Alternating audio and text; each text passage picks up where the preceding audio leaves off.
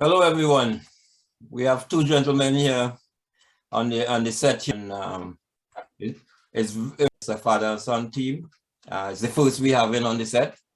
And so without further ado, I would like the father to introduce himself and let the people know from where you came and when you came to Canada.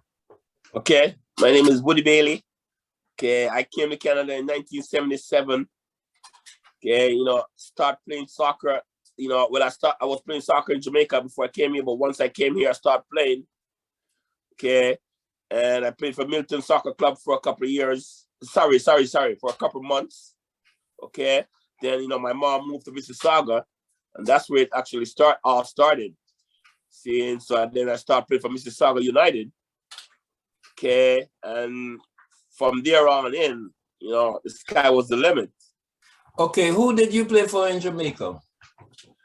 Well, the reason why I'm asking you that, I want to know if you credit in Jamaica for some other talent we see in here, and what age you came, and who did you play for?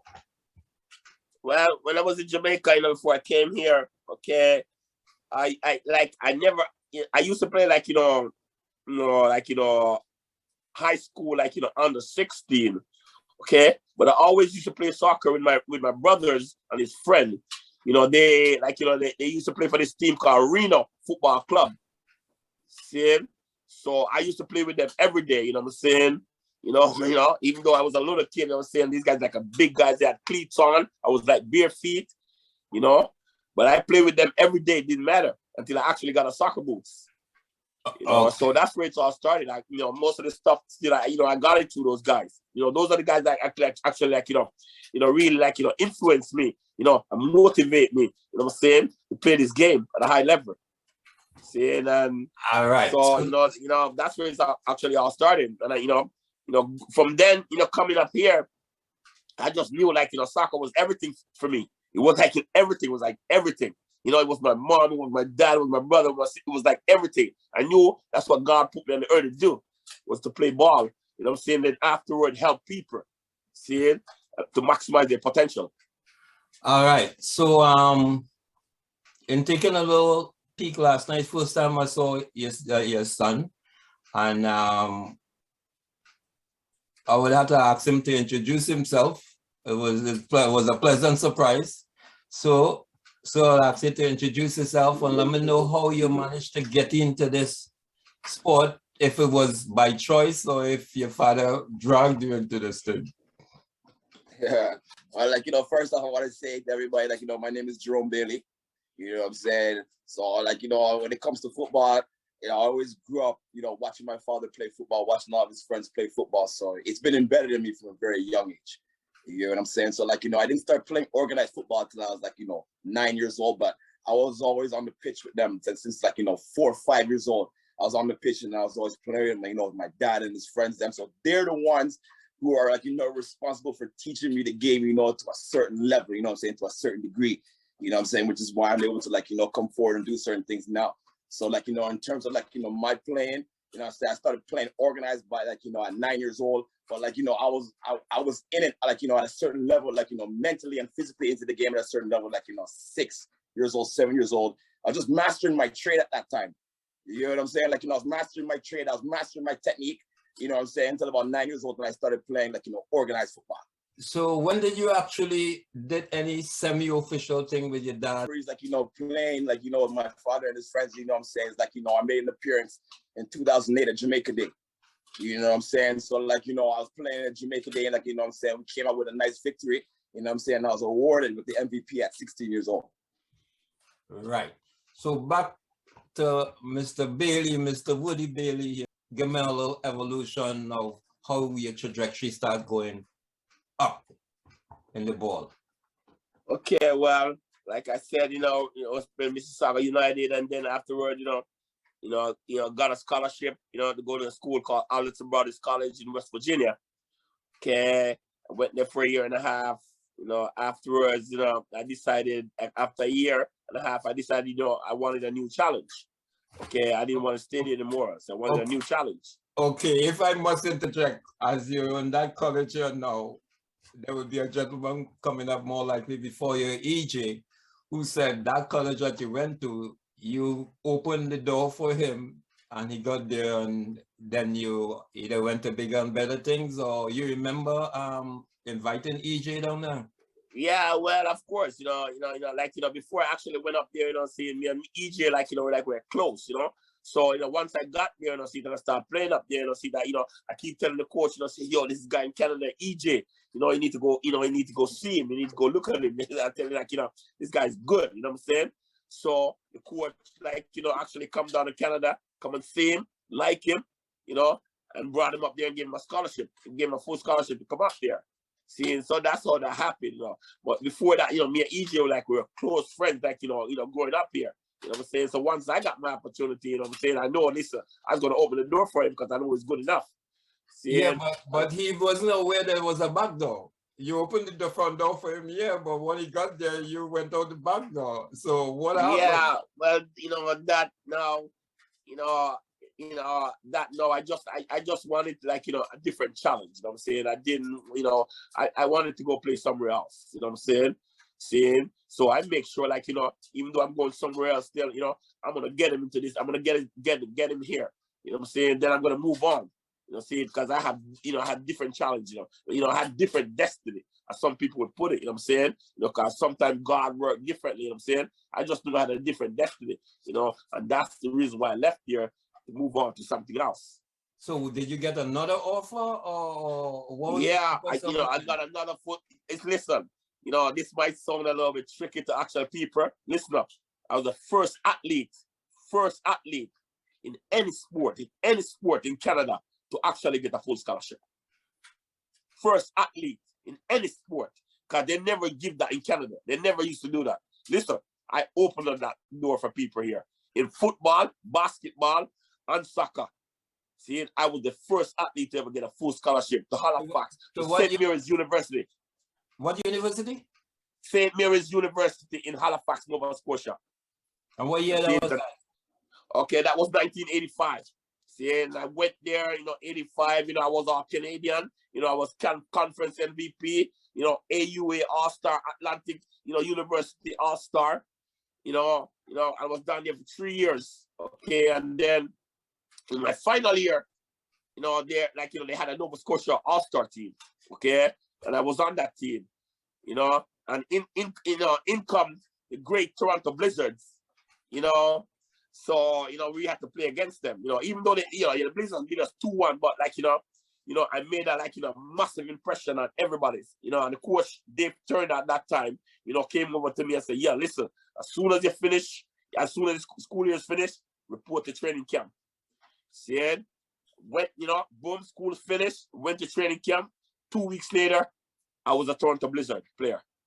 Okay, ladies and gentlemen, I'm going to ask him a question here, which would be the theme for this whole interview with him and his son. Did you have your quick feet then? No, I didn't have my quick feet then. Okay, that came to me on some crazy way. That came to me. First, I used to have this guy, a friend in Mississauga. His name was Ralph Torres. Okay, I went to his house one day. It was like, I can't even remember the year, but like, them times, I was probably about, let me see,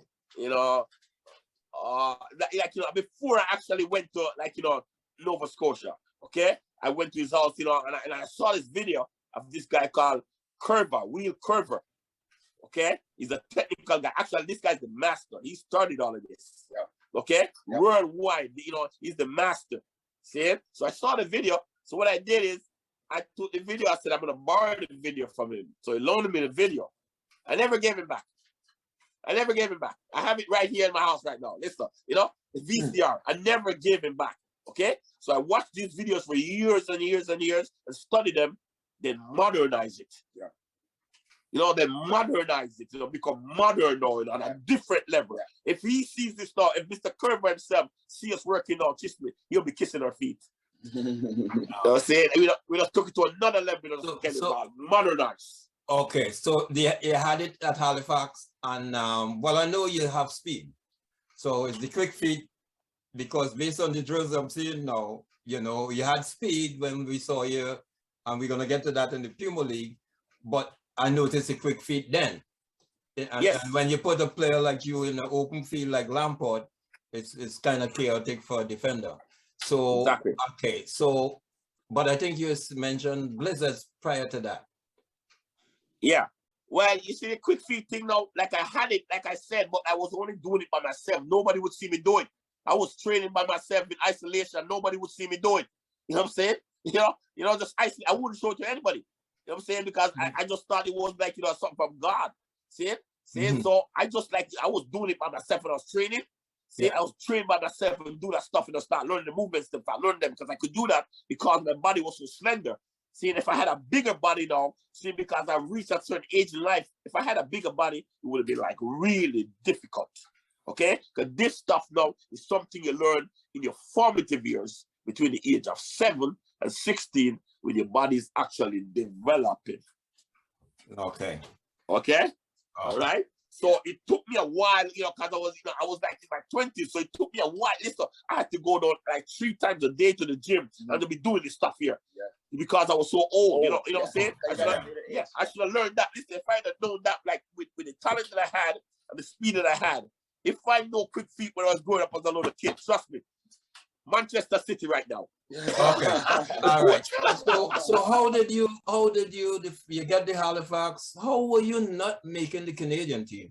You're in the college, and would you? That's the pinnacle. Well, I to be honest with you, I should have been there I should have been there. But in that time, see the way soccer was actually structured here, they could only have a couple black guys on the team. Okay? Yeah. You see it? Racism to the bone. For real. Okay, I gotta bring that up. Yeah. You know what I'm saying? I'll give you a prime example. A player like team Canadian, all Canadian in university. I am first team all Canadian. I played for the national team. Something is wrong. Okay. I had to ask that because I also saw your talent. I didn't know your background. So now when you're putting the background together with your talent, and now what happened there? Hold on. Yeah. Okay, we go again. Yeah, and now that I saw your talent, it's an easy question to ask, how come you didn't make it? So how did you get into the Puma League now? Because again, and this is a loaded one because you're in the Puma League with the Portuguese team and we have Caribbean stars. And we have Caribbean stars. You're quite so. See him again, there were no interest there. They weren't interested in me. And because I used to play in this Goring League, Sunday morning league, okay? And there was a Portuguese team in there, 506. It was like and I used to play in that league, for Matrix. Okay? This guy named Norm Markey, he used to run it, but he's dead now. Okay? Mm-hmm. So once the league came up now, because there was so much Portuguese team in that league, those guys, right away, the coach come to me, and the guy who's coaching the team come to me and say, yo, we're going to the Puma League. And he started asking me if the Caribbean team approached me, and I said, no. He said, well, I'm signing you. See, he signed me right away. Right. Because he was thinking like, the Caribbean team, I would have been on that. Yes. Yeah. But to be honest with you, it's good formally, and history is a funny thing. So that's good that you said that, because for me being on the executive of the league and running Caribbean Stars, yes, the rule was no Caribbean player. All Caribbean players had to come through Caribbean Stars. But as soon as you start playing, those guys from Portuguese were also on the league committee, seeing your talent and stuff, and to make things work, it wasn't a big deal really. But when I realized how destructive you, I think within the first 3-4 games, you and Fitzroy Cook start running, start lighting up the scoreboards, and we gotta do what we gotta do when we do meet Woody, but I don't think you ever play against us the first year. So no, I think you left the league. So when you left the league, right, what happened after that? You had Jerome, because Jerome is 92, right? So yes, sir. Right. So Jerome, you told me last night that the thing that Jerome, from about 3, you start taking Jerome around. Now, Jerome, watching you last night in those drills, I told your father you're articulating like him. I guess you're aware of this story with him having this video. So I guess you studied this video too? I've been studying this video since I've been like 4 or 5. I used to do it like, I used to do it at home with my barefoot. You know what I'm saying? I used to do it like, barefoot, like, at home, you know what I'm saying? I used to get like, anywhere from like, 4,000, 5,000 touches a day. You know what I'm saying? So doing like, straight technique, 4,000, 5,000 touches a day. So where did your game elevate from how did your career go? Because I watched you last night and the quickness you show and stuff. I mean, I asked you that, but we want to hear it from you. What was the progression of your ball actual playing in teams, and how far did you reach? Well, like, at the age of 9 years old, like, you know what I'm saying, I started playing, like, properly, like, in the leagues then, you know what I'm saying? So I started playing for, like, Oakville, but, like, I moved around, you know what I'm saying? I was playing for North Mississauga, I was playing for Dixie, you know what I'm saying? I also played, like, the Peel Halton regional team when I was, like, 12, then I played provincial from 13 to 14, I was playing for Ontario, so, you know what I'm saying? So, like, the technique, everything that I learned from the technique, it guided me and it take me to where I was, and where I've been. Okay, so seeing that you give me all that quickly, and ladies and gentlemen, you realize made for this thing, right? Seeing that you bounce for so many teams and you bring it forward in such a short space of time, was there any time within those teams that you were going to that there was a interest in you? Is the interest in you what caused you to be going to these teams, or was it a normal progression? Because you call it different teams. It was always interest from coaches. What used to happen, that's part of the reason why I bounced drunk. I used to play against these teams. We were all in the same league. You know what I'm saying? So, like, the coaches them used to see me. You know what I'm saying? So, like, I used to perform. I used to play central midfield. You know what I'm saying? I was in the center of the park. You know what I'm saying? So, like, your vision and all aspects of the game, when you're playing the center of the park, everything's got to be clicking all the time. You know what I'm saying? Your awareness, your technical ability, your range of pass, whether it's short distance, long distance, and also your defensive work rate. All those things have to be clicking in order for you to play in the center of the park. So, you know what I'm saying? I used to, like, excel at those aspects of the game. You know what I'm saying? So, like, it was always interest from coaches. So did you ever evolve into a scholarship, or where was the top off? Well, like, because the way how football kind of, like, evolved in this country here, you know what I'm saying? Like, the problem is that, like, when you get to certain ages, there's, like, really nowhere for you to go. You get what I'm saying? So, like, when you get to the age of, like, 17 and 18, there's nowhere really for you to progress and go in this country if you want to play football. You know what I'm saying? So, like, in terms of, like, if I'm, like, 17, 18, the stepping stone, you know what I'm saying? Just like what he was trying to tell you guys earlier, scholarships don't get given in this country. You get what I'm saying? So, like, if players are playing in this country, where do they go after a certain point? You get what I'm saying? So, like, at that point, just like a lot of other players who play in Canada, I just started to take up my academics. You know what I'm saying? I went to the University of Toronto. I went to the best school in Canada.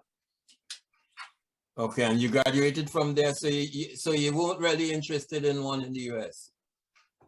No, sir. You know what I'm saying? Mostly because of how Canada soccer is. There's nowhere for us to go. So you have to, like, you have to make our own path for yourself. So when I went to the University of Toronto, I studied, like, criminology and socio-legal studies.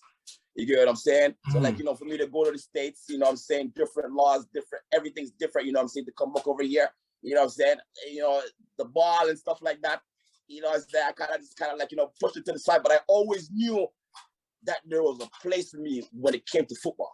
You get what I'm saying? Because the sport is my life. It's my whole life. I love it. How did you come back into it then? So seeing that was very good. How you got back into it? Is that how you got back into it? Is that at the time where you guys you and your dad come to this truth that? No, I never really left. You never left. I never left.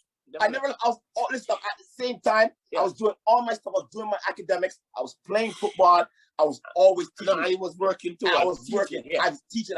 I've been doing this teaching stuff with my father since I was 10 years old. Yeah.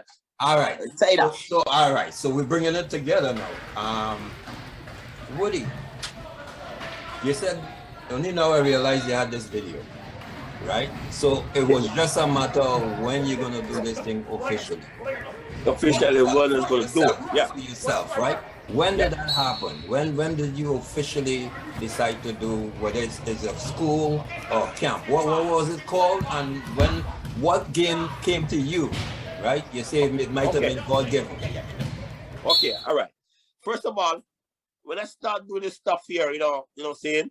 Because people were so naive, And see, the clubs that were so naive and silly, they thought it was like, foolish. You know what I'm saying? You know what I'm saying? So I said, all right. So what I did, that's it. I started doing the work for free now. I take some kids, let's say Jerome was there too with these kids. I take some kids who the club don't want them. I take them. I said, come. See it?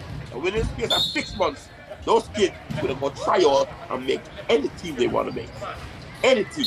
See it? You know what I'm saying? Because first of all, they were good athletes. I thought they were young. I'm just gonna teach. Listen, I was teaching that stuff all day. Sometimes, like every day, like in the summertime, every day I'm teaching them Every day. Every day. Like 9 until 5 o'clock. Yeah. See? Like 8 hours a day. Yeah. And then these kids, like, they just start blowing up and like, start trying out for all these teams before they were nothing. See? So let me ask you now, from where the excitement and we're bringing this well as we evolve in this conversation. Is it the success you're seeing in the players and the fact that they were rejected before that it kind of cement you that this is really it and the clubs are making a mistake? And I guess the parents would be very satisfied with you, right? Looking at the numbers I saw yesterday. Yeah, you can see the numbers. So which one was it? Is it the satisfaction of the progress of the players, or is it a combination of everything? Again, just repeat that.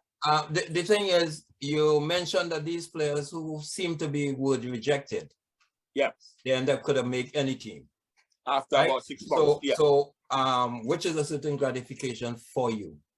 So, what I want to know is, in seeing the fruition of the talent that you were under your guidance, was it that success or the fact that it is what you always had planned, the whole big picture coming together also at the same time? Well, it's a combination of both, okay? However, that was planned, you know what I'm saying? Maybe I didn't know it, but listen, God knew it, and it's just a matter of time before I actually realized it. This was the plan, okay? So, after start, teaching these kids now and see how they develop, right away I said, I'm going to start a soccer school. I'm not going to have teams. I'm just going to give kids, I'm going to train kids and teach them the technical aspect that they need to learn in order for them to be top level player. Okay? Because it has to be done. All right? Especially in modern day football today, it has to be done. You have to be technically ready, you know what I'm saying, to do things on the field. Okay? So that's when I know, listen, I'm going to do this.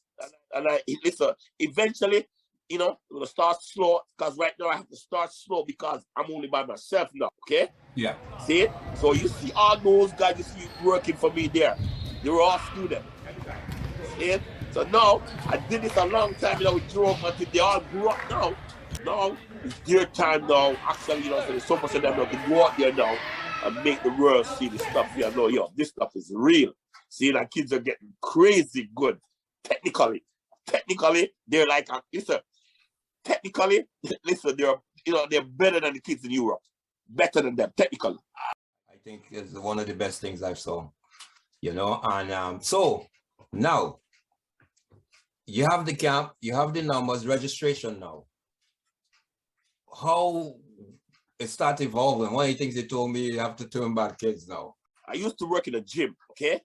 All right, and then this facility, they made this facility, and then the people actually made, the general manager came and come and got me and called me on the phone and said, I want to talk to you.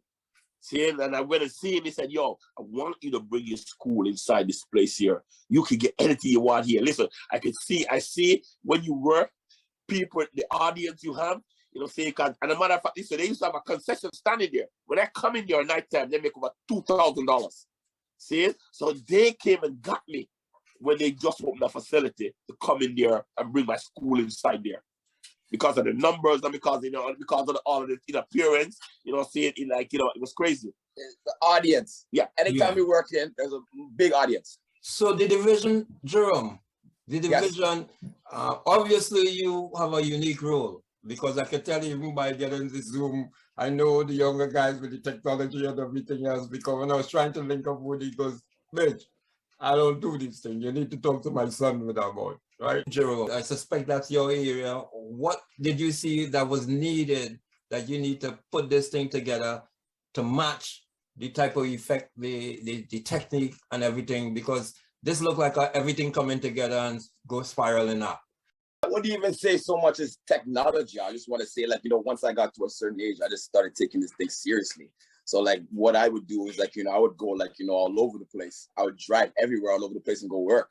You get what I'm saying? So, like, whether it be, like, Ajax, King City, far places like Hamilton, Niagara Falls, anywhere that it took in order to be able to branch out the name to as many places as possible.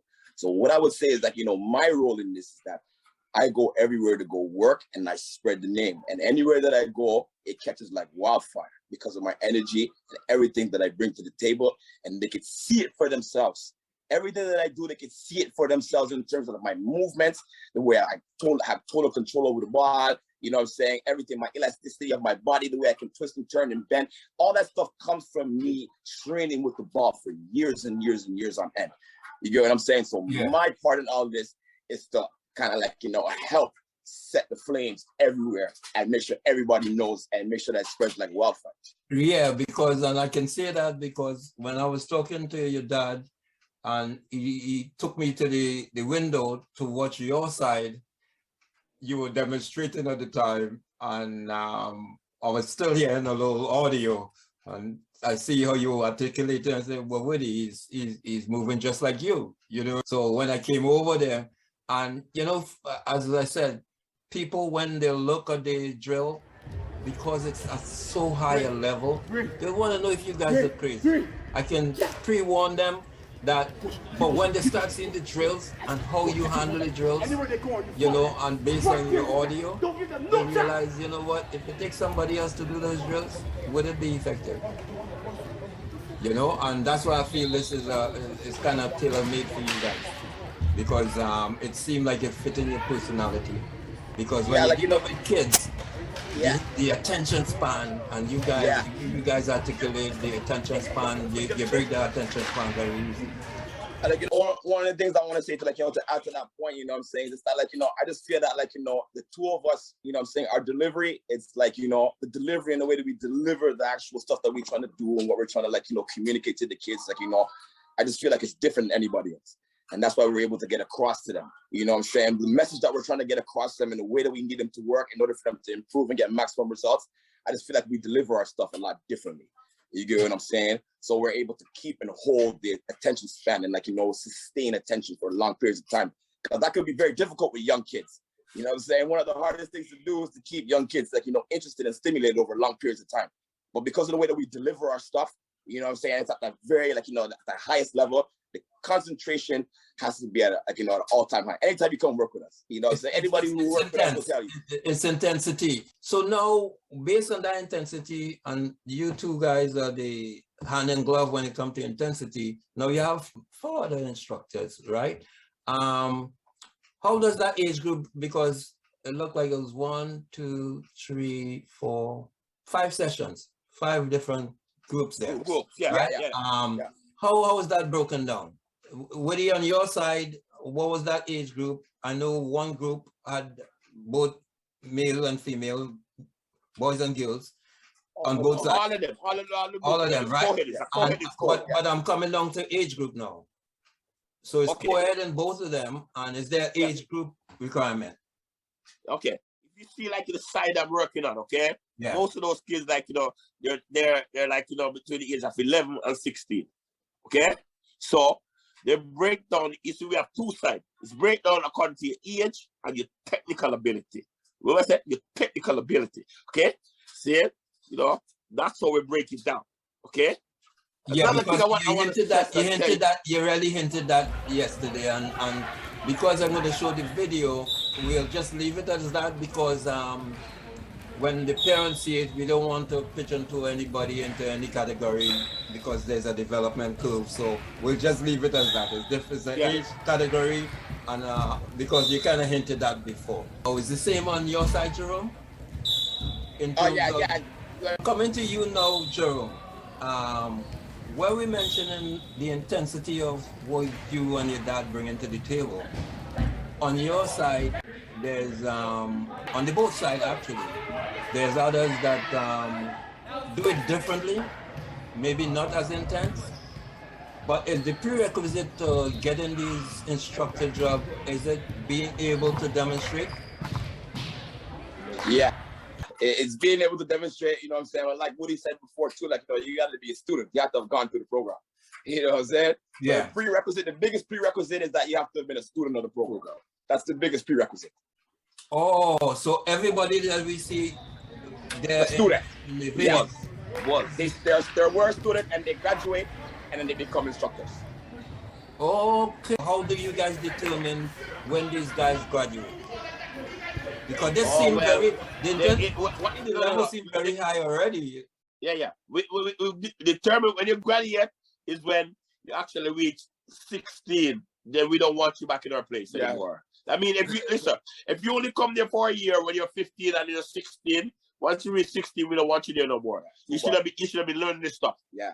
Okay? And you pass the formative years. Yeah. Formative years already gone. So we don't want nothing to do with it no more. Well, that's a good requirement. So now the prerequisite is being somebody that came through the program, graduate from the program. Obviously you guys give in to the personnel because everybody can be you guys. So obviously you have to have, so how does that work? The other requirement, because with the intensity, is there a time where the kids want to be with Jerome or want to be on your side or whatever? Or is it what you can be on our side when you progress? Yeah, exactly. You have to progress. You have to make you have to start working at a different level in order for you to come over to my side. Okay, so you see Jerome's side there, you see all of those kids, they're young kids, they're under the age of 12. Okay, all right? So like, those young kids, Jerome is the best of that. On that side, Jerome, plus there was a couple instructor that wasn't there today. Yes, last time. I would have shown you, we have like another instructor is only 16 years old, but he went away to go play soccer. He plays in League One, okay? But he was a student, but now he's working. But he wasn't there actually on Friday. Yeah. Young kid, 16. Yeah. He's a worker now. Okay, that's nice. Yeah, that would have showed well. Yeah, and he's like top player in his age group around this place right now. Playing like 4 years above his age, right? The GTA. 4 years above his age, he's playing. Top player. Yeah, he's like 15. Right. He's playing with like 19-year-old, 18 and 19. All right, you see that little black girl over Jerome's side, the little quick one? Yes. That's her brother. Yeah. And that's the girl you told me went to Manchester United? Oh, no, I said there was scout from Manchester City, but I was up here and saw her. She didn't actually go there. It was a scout up here from Manchester City, and they saw her training. And they were amazed for a little girl with her technical ability. She's only 10 years old. She's only 10, but she's been in the program for like 4 years already. Okay, actually, coming to the program was the first thing she did in soccer. She joined a team. Yeah, she never joined a team. She just come to the program first, and then after that, every team wants her in her age group. Okay, listen, but you don't see the reoccurring story here. It's the same thing. Remember, I tell you about my childhood. I didn't play on no team until I got to a certain age. All I did was master my trade. That's it. Yeah, then you're ready to play. Then you're ready to play. Yeah, then you're ready to go on team and display all that technique. You're ready to play. So looking at the kids that under your care and the parents up in the balcony there, do you guys have kids like that who not in any team and the parents decide they'll just bring them to up their skills? Because it's fun, because your program is fun too. Yeah. So you have some kids might just want the fun, the love of being able, knowing that they can do certain things. Yeah, we have kids like that. They don't really take soccer serious, but they love coming here and learning skills. But they don't really like taking that serious. They have a pathway. It's just something to help them grow up. You know what I'm saying? And become great. You know what I'm saying? Yeah, but the one thing, especially because the way we train, you know what I'm saying, there's so many life lessons that we teach these kids outside of football when they're training with us. You know what I'm saying? We teach them discipline. We teach them values of discipline, hard work, and what the result is, what the end result is if you just apply yourself and you work hard. You know what I'm saying? Yeah. So all those things go into life. You know what I'm saying? Because it's just like anything else in life. You have to work your butt off if you want to get anywhere and want to get anything out of it. Yeah, because I noticed although you have the younger one, you're intense, but you're more intense in getting it right and in stuff. Woody, on Woody's side, he has the same format, but he has the extra one of don't waste my time. Yeah, exactly. Yeah. You understand? Which is really a more mature format. Yeah, because he's working with older kids. You know what I'm saying? You recruit all the kids, so they already know, you know what I'm saying? Once you get to a certain age, don't waste my time if you're not going to do it properly. Yeah, you know what I'm saying? Yeah. And when you come, you're going to have to come, you have to work hard. See, your parents send you here, I don't care if they give me $1, you're going to have to work hard. Results are a must. So what is your cutoff? What's the size of your program? I mean, you can't take more kids into that program in that. Listen, we could take 1 million kids in there. We could do this stuff in a phone booth. We could take 1 million. So you guys, this is your full-time job or what? yeah. This is your full-time. Doing a head come and say, well, they can't go on. The energy that you guys spending and go like, Woody, you gotta get tonic and stuff for the vocals and everything else because I'm listening to the whistling and say, listen, this look like it's in like time out down here for Woody, you know, like somebody wants to go soft. For real. Woody tried to keep the intensity, you know. Keep it. Most of the stuff that I do sometimes, you see, sometimes when I'm really actually like, you know, getting on the kids them, I'm really just getting on them to actually motivate them. It's not, you know, it's a trick. If they take it personal, then they lose out. Yeah, I didn't see anybody with body language. It seemed no. I was looking for that because remember, this is the first time I'm watching your thing. Yeah. And I'm seeing you going at a certain rate vocally, and I'm watching the body language to see, you know, I hear in the Jamaican, you know, culture and stuff, and I'm watching because I look for everything. Yeah. Right? And then I'm saying, I wonder if they understand them fully, but they understand everything. When you finish, everything is one. All right, okay. All right. You see, that's another thing. You don't see that people don't understand the car. A lot of people come here for the first time and say, they don't understand him. And people say, of course they understand him. You know what I'm saying? You know, Jamaican people from the Caribbean are everywhere. You know, they grew up with people, you know, like these kids here, you know, these white kids or whatever, Indian kids, they grew up with kids from the Caribbean. Exactly. You know and it's broken English. Yeah. And that's what I like about it too, because to me, from our era, I find people is be too critical of things like that. Instead of looking at the talent, looking at what's being offered and stuff, they would come there and say, what the hell is he saying? And they're looking at the kids following the instruction and nobody's missing the beat, right? And I think that's something important for we to say here on this circuit. Trust me, my Jamaican culture, inside of that school every week. This is how I taught. Trust me. Yeah, I just, you know, my culture, I put my culture in there, it never leaves. It's always there. And that's good, because if this have to rise to a certain level, you want your signature in it. That's your signature. Yeah. You know, you can't hide your signature, you can't try to be somebody else. Somebody else, for real. Yeah, no, that's your signature, and that's the uniqueness about your program. Now, what's next for you? You're gonna have to get your own building? Well, getting the own building costs a lot of money. If I can win some lottery, maybe that's a possibility. I think, okay. If I can get some sponsor from the government or anything, the government don't want to help me. That's that thing, you know what I'm saying? You know, I never get nothing. This is where we heading right there. Keep it okay, right. There we go. Now, when this is revealed, the government or the Canadian soccer, because there's money rolling right now, there would be a little uneasy when they're hearing this, but I've reached a stage now where certain things need to be said, right? For real. If you look at the kids and what the kids are learning, everyone, I went all the way down, because you never see type of technical abilities in the Canada soccer, I mean, I hear long enough, right? So to come and witness it, and then knowing that the Davies and these guys are there, opening some doors, for you, Woody, what you think? How you fit in, and what you think of the Canada program, and what you can bring to that thing? Let's first, let's start, how I fit in. First of all, midget, this thing here should have been across the country a long time ago. Okay, right? This is the first thing. Okay, right? It only don't get across the country because of who are running it. The people that were running them, skin color are really, you know what I'm saying? But it was another person running this stuff. Listen, everybody, they knew about it. This school is known all over, okay?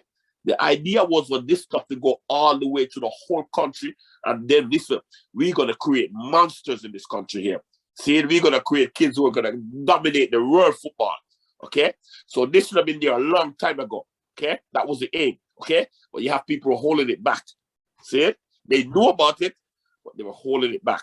Another thing, most of these people here, They're naive to certain things. Like, so we go back on. This is a technical school. Okay, there's no school like this in the whole country of 35 million people. See, you know why? Because most of these clubs and these organizations here, they don't know anything about technique. Technique is a language. We can speak the language and the form, you know, see? So Okay. most of these guys... You're freezing up a little bit. Go ahead. Most of these guys, go ahead. Most of these guys who run soccer. Don't hit the table. Maybe that's helping it though. Don't hit the table. Okay. Most of these guys who run soccer here, okay, they are tricking people, okay? This technical stuff here, there's a language to it, okay? There's a language, you know, I can start, you know, get a little insight. Suppleness, fast footwork, feinting, basic techniques, how to beat an opponent, passing, shooting. Technique is in everything, okay? So this stuff here should have been blowing up the whole place, okay? However, okay, when they actually start blowing up the place, okay, we're going to create monsters in this place here. I mean, like, people going to come from everywhere to get these kids. So how you think you can make a breakthrough? I mean, we understand that, you know, sometimes you have to kind of not turn the knob, sometimes you have to kick in the door, because if you're ready, you're ready. And it has to be somebody kind of holding it back. Yes, because I can afford to say, as a national coach, a former national coach, who reinforced. The point is, if a national or former national coach could think your program is at the level and you should be in the forum, that alone tell you, because this is a coach in CONCACAF. He is very experienced. You know, he's national coach for different countries. So all I'm saying is that you have to put it out there. That's why I asked you about the building. Because to me, if somebody, this is what happens to us. Somebody get a bright idea. You know, you can have people who've been part of your program just as good. They're younger, right? Start to mimic it.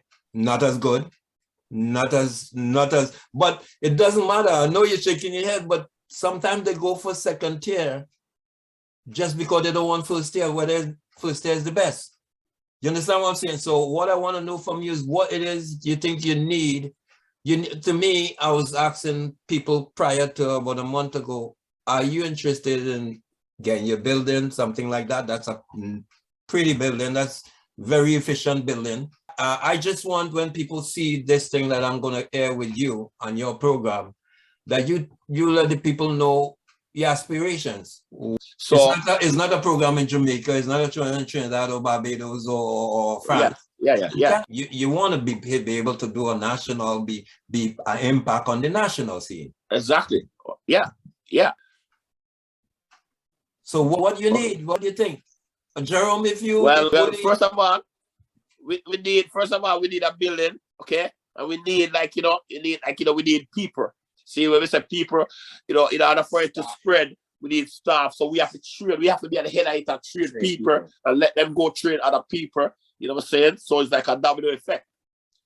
One of the biggest problems, you know what I'm saying, why, I feel like, it kind of gets held back because we don't have enough people equipped to really, teach it. You get what I'm saying? Enough people who are equipped to really go out there and teach it. And now, so not just teach it and do it slow, but produce it on a level. Deliver it and do it on a level with the intensity and the passion behind it. Because one thing that people don't really understand is that, they see us and they see us behave a certain type of way and they see us act a certain type of way when we're on the pitch, but they don't understand where it's coming from. It's coming from a place of passion. You get what I'm saying? Mm-hmm. So we're extremely passionate about what it is that we do. You know what I'm saying? So that's why we're able to produce and get the best out of these kids all the time. But there's not a lot of people like us. That is a big thing there. That is the major. Can you make that happen? I see Woody on your side there. There's a guy there. Rahim. Yeah. You have instructors, but you have to think it out. If you guys are the intense guys and you guys are the pinnacle of it, but life goes on, age comes in. Yeah. You know what I mean? So you have to start thinking now. Look for you, Woody, you have Jerome. So you have a little time to room. Exactly. Right? But, after Jerome is what? Right? Exactly. So you have to start thinking that. So where the skills going to go? Because if Canada hit the market now and it look like there might be a shoe in Qatar and the hosting in 2026, years now, for you to be a serious impact, whether they will like it or not, right? Yeah. So you have to start thinking it now. Oh yeah, yeah. Trust me, I'm thinking it like every day. See, like we say, the biggest thing is to find two people like, if we find people like us. Yeah. See, okay, because like we have these instructors that work with us who've been through the program. However, when the delivery is not that good, you know what I'm saying? Yes. They don't have the you don't have that, you know Yeah, you know what I'm saying? And it also come from like, it come from a lot of experience too. Like, the longer you do this stuff, you figure out like, certain things and certain ways to get the best out of kids. You hear what I'm saying? Yeah. Like, there's always like, things that you can do to get the absolute best out of it. You know what I'm saying? So a lot of it comes from experience too, but I'm not going to say that it's all experience, because you can be new to this stuff, you know what I'm saying? And just have a certain delivery. Yeah. You get what I'm saying? And you can be new to it and have a certain delivery, and then you get the best out of the kids. Okay. Well, first comes from within. We go back on that. Listen, we had this guy working for us, a Jamaican guy. Listen, he's asked, we take him in and teach him this stuff here. Then, delivery, passion, everything, he's got it. But then, he went behind our back and started doing stuff. That's the problem too, yes. That is a problem. Yeah, because so we just eat him up. So, eat him up. Yeah, the majority of time too, like, we bring people up in the system here, you know what I'm saying? We bring them, we bust them, we bring them on our platform, you know what I'm saying? Get greedy. You know what I'm saying? But what happens is they don't stick with us. They try to get greedy. So what they do, and they also, like, they stab us in the back. So they try to, like, try to take our people and try to do stuff on the side with them. You get what I'm saying? Yeah. Which that becomes a problem too. It becomes an issue when it comes to really getting on a grand stage. But again, in life, try to be unique in that situation. It means even for you, you got to always kind of stay ahead of it. That's what I'm trying to tell you now. Yeah. So because you're going to deal with that all the time, right? Oh, yeah. Whether one of your instructors not even get greedy, but a work commitment or something take them away from it, regrettably, right? So you're going to have, somehow you have to get back up, because you see now how many you have. You said 2 were missing yesterday, right? Yeah, 2 were missing. Yeah, 2 instructors. Yeah. So how? I mean, it looked like you wasn't skipping a beat. So what was the adjustment you had to do? You had to do more Woody, or what happened? That looked seamless to me. Yeah, what we did still, I just kind of got more involved. Usually I don't really get that, but I only will come in and mark a little time, but I don't get that, because we're missing people. I kind of get more involved. You know what I'm saying? Oh, okay. You know what I'm saying? That was lucky for me. Yeah, exactly. Yeah. Because usually I don't really get involved. See, but the master sometimes I have to get involved. Yeah. And like, each of we freak out like us 3 people. Yeah. Trust me. Yeah. So like, I'm like 3 people, Woody's like 3 people, you know what I'm saying? So the person, so who the other guy who was there, he's the guy that actually handled it when you were interjecting, Woody? Oh, you mean the guy was working on my side there? Yeah, the red jersey, yes. Yeah. Well, he's in charge. I will just come in and tell him what to do. Well, that's good, because that's a good, like Jerome seemed to have it go. Anybody can go if they see your side, Woody, with you and right here. Then when you tell me to take a walk on the other side, right? Now I did see Jerome through the glass and stuff. I mean, yes, he's the son or whatever. When I went over there, no, Jerome intensity for younger age, I had to take a look to see. But Jerome was more into demonstrating and showing. So he wasn't, although it was aggressive, he was more, they know is for them. Yeah, because they're younger kids. Yeah, they need more demonstration. So the younger ones that you have to walk Jerome with them. seemed like to understand that. And at the time, Jerome went right down next to them and was, telling them. It's almost like he's kind of training them on right there in the drill. Yep. The way you guys move around and share yourself at different stages instead of staying on what is like a referee or anything else. Exactly. Move around, right? Yeah, real. So I guess because for parents up in the top, it's like you can't be perceived as instructing just a few or whatever. So I noticed you guys were really going around. So is that part of you're teaching to your other instructors that they gotta share themselves and move around and kind of take a look at everybody? No, not really. We don't really want them to do that still enough. You know what I mean? Because I'll tell you why. Listen, see, most of the time we just see we move around here, that's when we moving around. We see the kids that will, you know, the lower groups, them, if they can push up to the higher group, if they're progressing. You see, so sometimes once they progress, we move them right away. It's like, you'll take your stuff, go work over there. Right away. We don't hold them back. Right. Oh yeah, that's how you do it. Oh yeah, of course. I didn't see that. I didn't really see that around. yesterday. I didn't see that yesterday though. Yeah, well, really, that's what we're doing. We're looking for kids who are progressing, you know, see it. And once they start moving, the ones start getting better, we say, yo, take your stuff, move into that group there. Yeah. But sometimes when we're skimming and we're scanning through, sometimes we don't see it. We don't see it. You know what I'm saying? So we're like, we just leave it as is. Okay. Yeah. Now we want, listen, and when the kids then progress, the parents them know the stages them does. Once they see the kids move up, listen, they are happy. How they would know is up. They kind of know by just watching. You can just tell by the groups. Listen, those people have been there for years. They've been with us for years. Yeah. These are those people, random people. No. Our clients stay with us. They might leave for a while and they will be right back. So, the kids start getting improving, they come right back. So how long is your longest client? You say from 6, did anybody stay the full 6 to 16? I don't think so. Not with that type of skill that I see the young ones are producing. I think by the time 8. Where my girl Livy, I guess? Livy's probably the closest. Olivia. Okay, yeah, Livy's. Yeah, I don't know if you ever heard this girl here. She lives out in East here there. Olivia Smith. She's 15 years old.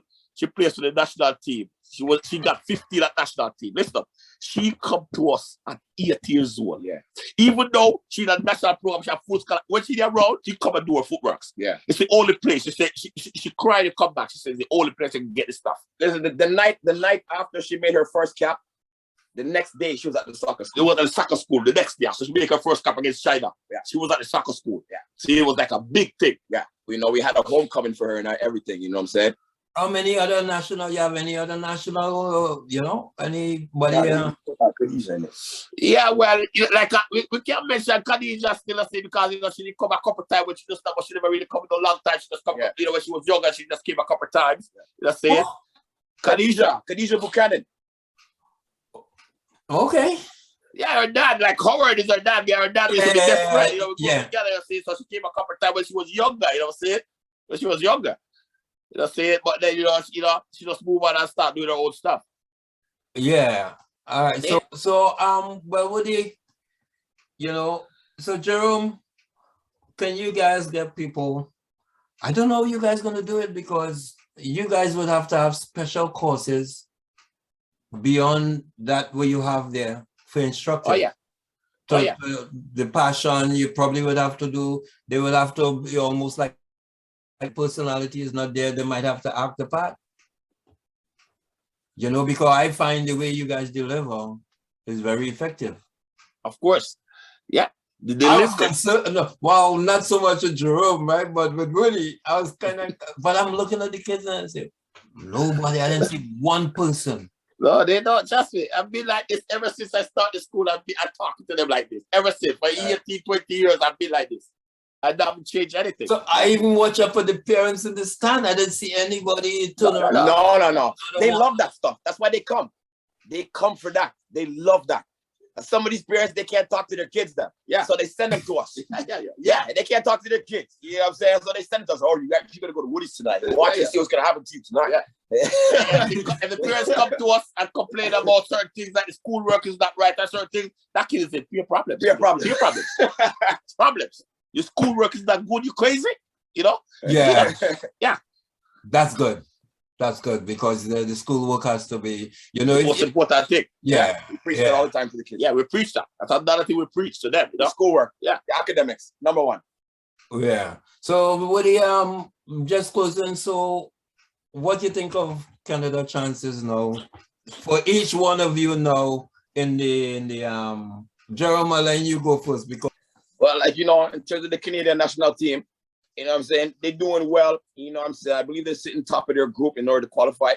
You know what I'm saying? So, like, you know, the chances, they got good chances of qualifying, you know what I'm saying? They got a lot of good, like, you know, young players playing at a high level in Europe, you know what I'm saying? Which is very encouraging, you know what I'm saying? Like, for all these young kids coming up, you know, it shows them that, you know, doors have been open and they got, like, you know, loads of opportunities, you know what I'm saying? Mm-hmm. But, like, you know, for me, what I would love to see, like, you know, Canada have, like, you know, a top level league of their own. where they can produce players. You know what I'm saying? But that's not going to happen here. You know what I'm saying? Not right now. You know what I'm saying? Not right now. But you know what I'm saying? For me personally, I believe that, like, you know, if there was a league here where you could produce, like, you know, homegrown talent and they play right here in this country, and they don't have to go all over the place, he probably produce more talent. You know, here's a stepping stone, and they get big here and they go Europe. You know what I'm saying? Yeah. But what I'm saying, Jerome, you just mentioned producing here, but that's one of the reasons. I don't know if it was FIFA stipulated that they opened the CPL. Yeah, but you know, the CPL, you know, it's not really that attractive, and you know, it's not attractive. You know, people here, because the way soccer is actually structured here, you know, those leagues will always suffer. I'll tell you why. Say for instance, the CPL, we have a team in Mississauga.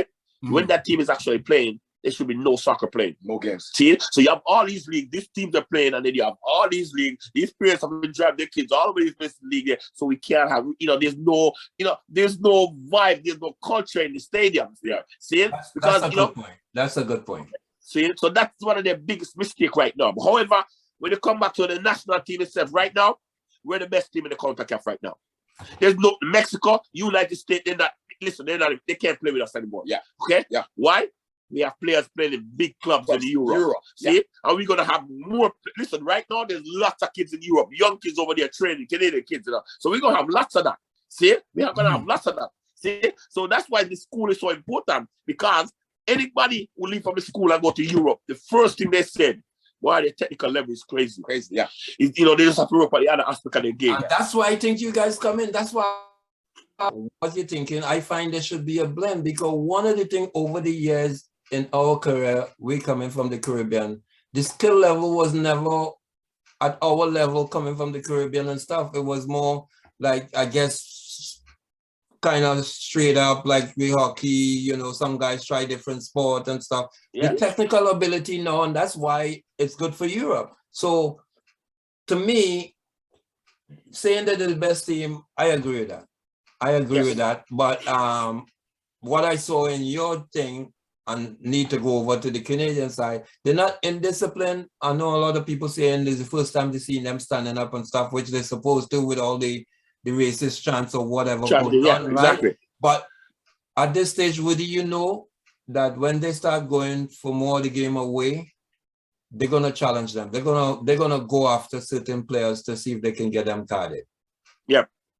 You know, when you're already the marquee player, whether it be a Jordan or you can't be taking cards. Let the defenders and everybody else take the card.